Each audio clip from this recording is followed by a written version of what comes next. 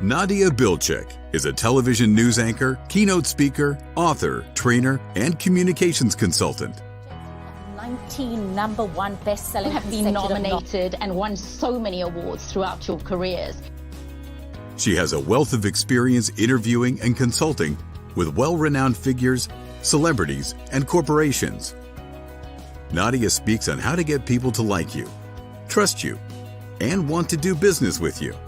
Over the last few weeks, the entire world has been monitoring the treatment of your grandfather, Nelson Mandela. And my job was to introduce it and provide. With topics like leveraging the power of your personal presence, networking for success, and lighting the fire. Nadia Bilchik. And I am delighted to be joined today by Diane Bogino. Now, Diane is an executive coach. She's a career strategist. She's also an industrial and organizational psychologist.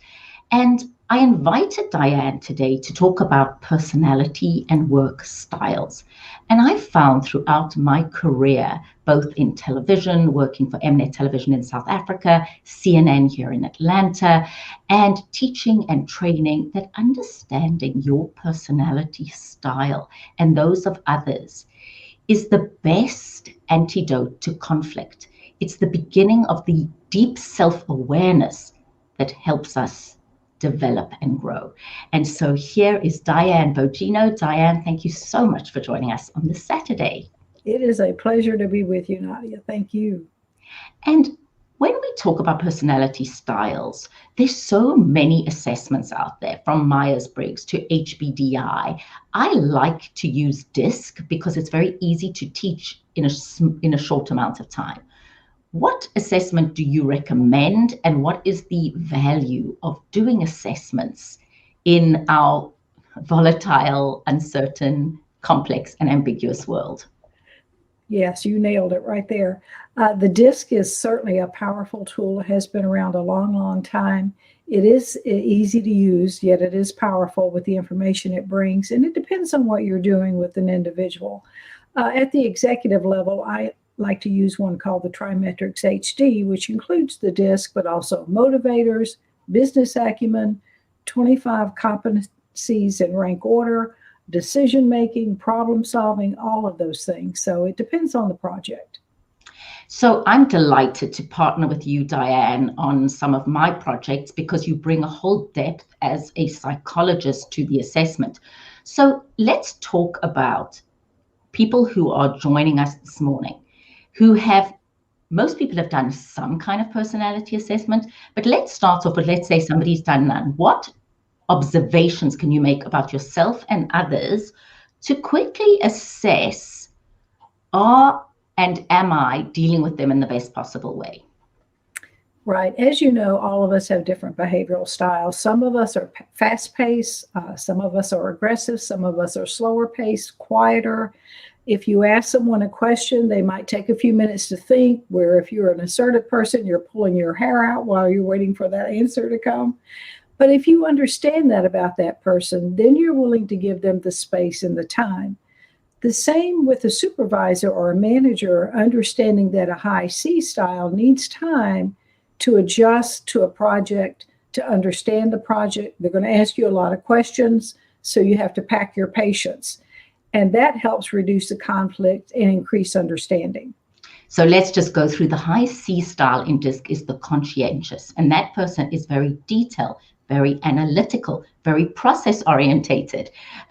Diane, I always say the high D style, the dominant, which I know you're getting to, don't tell them about the pain, just show them the baby. Whereas the high C style wants the process. So that's the conscientious. Or as Alessandro puts it, another behavioral psychologist, he calls that the thinker.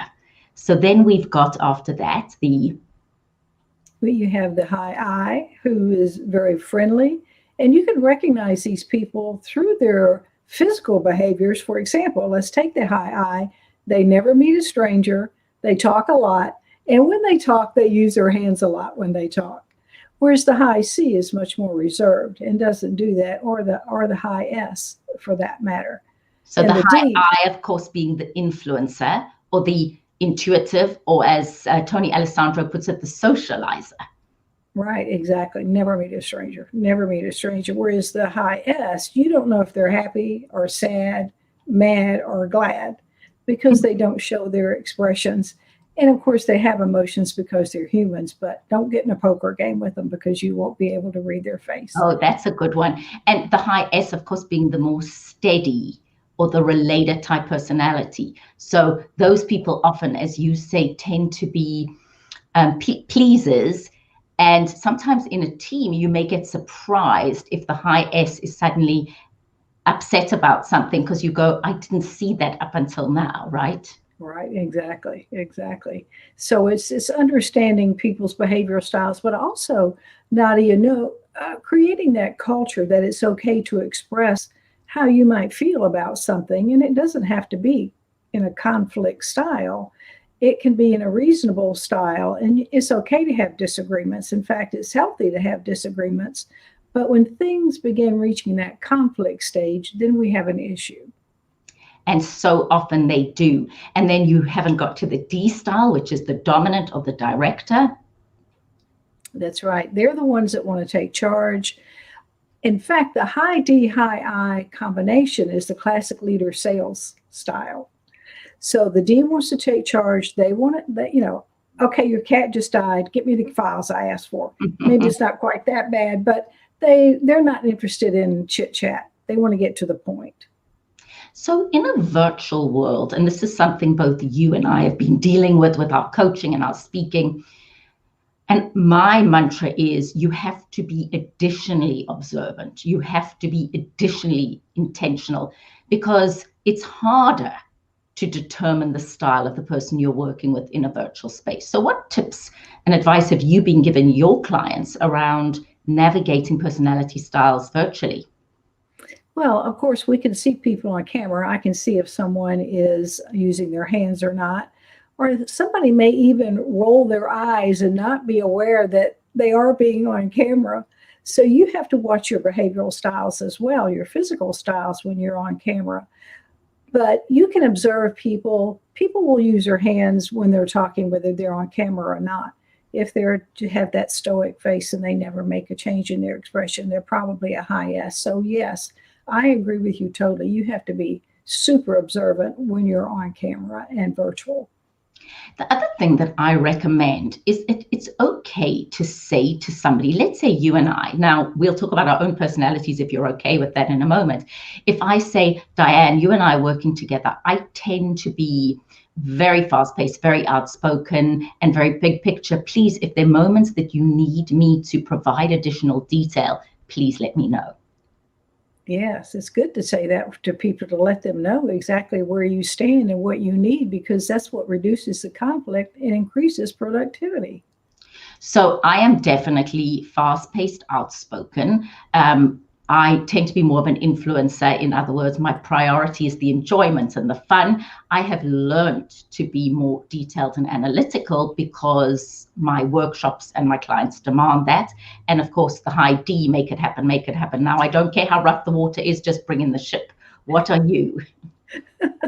Well, believe it or not, mine has changed over the years. I used to be a very high C, and I still, of course, have some of that because we're a mixture of at least two top behavioral styles. But maybe I'm getting older. I know time's running out for me. So I have really increased my high D. But part of that, Nadia, is realizing that you can't wait for things to happen. You have to make things happen in your career, in your life, if you have goals that you want to reach. So you have to take some accountability and not be a victim of the world or circumstances. Or your innate way of being. There are times that we have to override instinct. So one of the things, and you've put it so well, so if you tend to be a more thoughtful and reserved person in a business environment that honors and admires being outspoken and sees your ability to articulate issues well as a competency for leadership, there may be times that you have to override the instinct to observe and speak up. Absolutely. All of us have to get out of our comfort zone to be successful. For years, I did not put myself out on social media the way I am doing it today. But it has made a world of difference in my business. You and I would not have connected probably if I had not done this and taken some lessons from you, I might add, watching you in your Power Hour program that you have. I've seen you on stage, I've seen you virtually, and I've been in your Power Hour. And observing the way that you behave, the way that you connect, the way that you influence people, we all have to take that role on in business, whether we're comfortable with it or not. But Diane, interesting you say that, because we all have to, as I say, flex. For me, that part is effortless. It's the detail. And one thing working with Diane, and I appreciate and admire how detail orientated you are. And for example, you'll make a comment about something and I go, oh, I never even thought about that. So I think it just shows us just how important it is to honor people's styles and obviously have teams that have a wide variety of styles. Different people play different roles. But, you know, I say in my classes, when I do personality style assessments and training, I say, we don't only help you at work. I think it's an enormous help personally, because often one sees one significant other or people in your life as friends, their differences as faults. And it's the ability to see differences as differences and not as errors. You know, I famously tell the story, my husband has a way of cutting bread that is very precise. I tend to hack it into big pieces. Both are okay, but it's understanding that one isn't right and the other isn't wrong. That's correct. Like if you had a 4-person team, for example, you would need one of each behavioral style and communication style on your team to make it effective. We need the high D's to get the job done, but we may need the high C to say, wait a minute, let's look at this, you know, let's analyze this a little bit before we jump out of the boat, you know. So every behavioral style, every communication style is needed to get through a project and make it successful.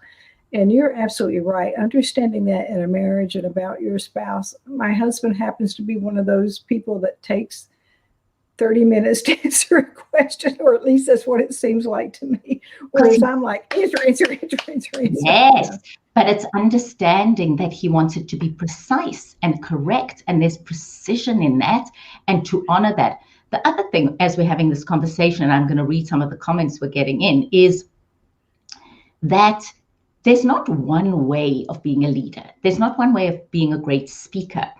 Often in my presentation skills classes, I say to people, you get people that are very dynamic, Tony Robbins, and you get people that are very magnetic, Nelson Mandela.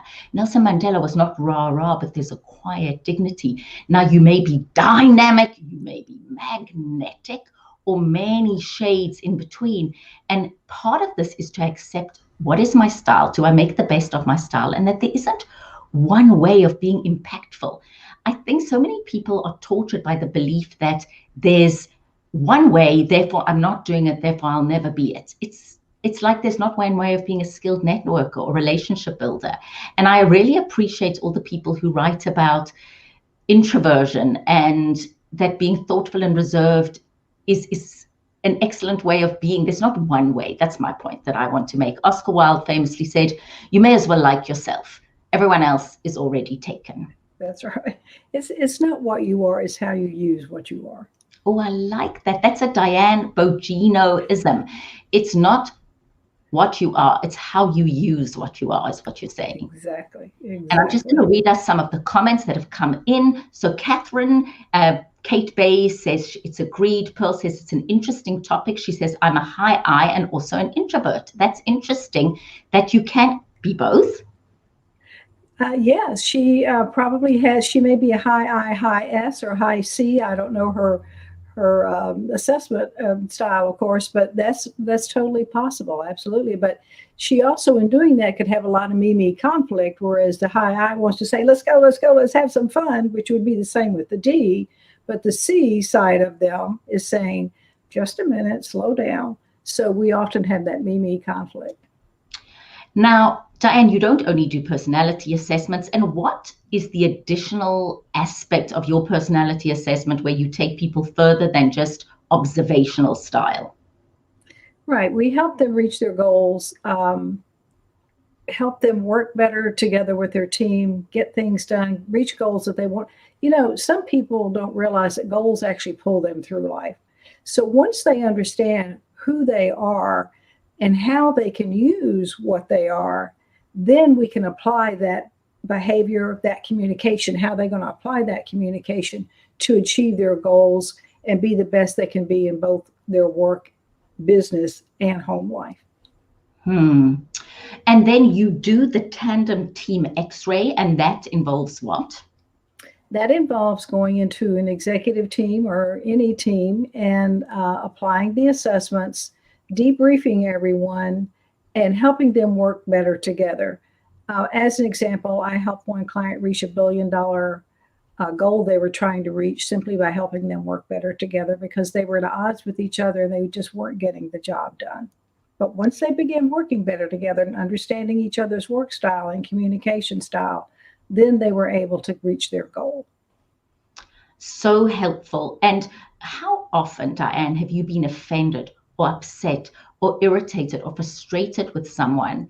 And when you really find out what the issue was, it wasn't what you thought. And I think so much misunderstanding happens for the very reason you speak about, that we just don't fully understand the priorities of the other, which is why, Stephen Covey famously says, seek to understand before being understood. Exactly. And we don't know what's going on in people's lives. And there's so much going on today for sure with this pandemic and how it's affected everyone. And we do have to take a moment and a step back to realize that other people have goals they want to reach. Not only that, but they may have things they're dealing with that have put a block in their place, in their path. And so we, as coaches, part of what we do is help them overcome those obstacles or work with those obstacles to reach those goals. But yes, taking the time to understand somebody else is so essential every single day in our lives. And Noelle asks, can we apply the assessment to children? There are, I'm sure, assessments for children. Mine are not. Mine start around the age of 18. So you would need to speak with someone who works with children. I do not, although some of my adult clients may act like children. I don't know.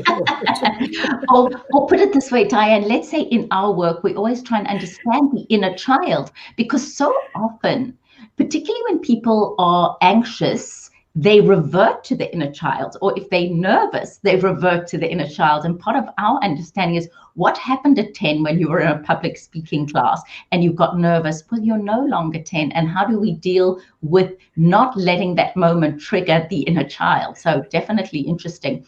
Diane, I've enjoyed this conversation so much with you, and I know people can reach you on your website, which is? They can go to www.performstrat.com. They can email me at diane@dianebogino.com or call me at 404-320-7834. And I would just be delighted to have a chat. Thank you, Diane Bogino. A conversation today around personality styles. I'm going to summarize it, Diane, and then tell me if I've left anything out.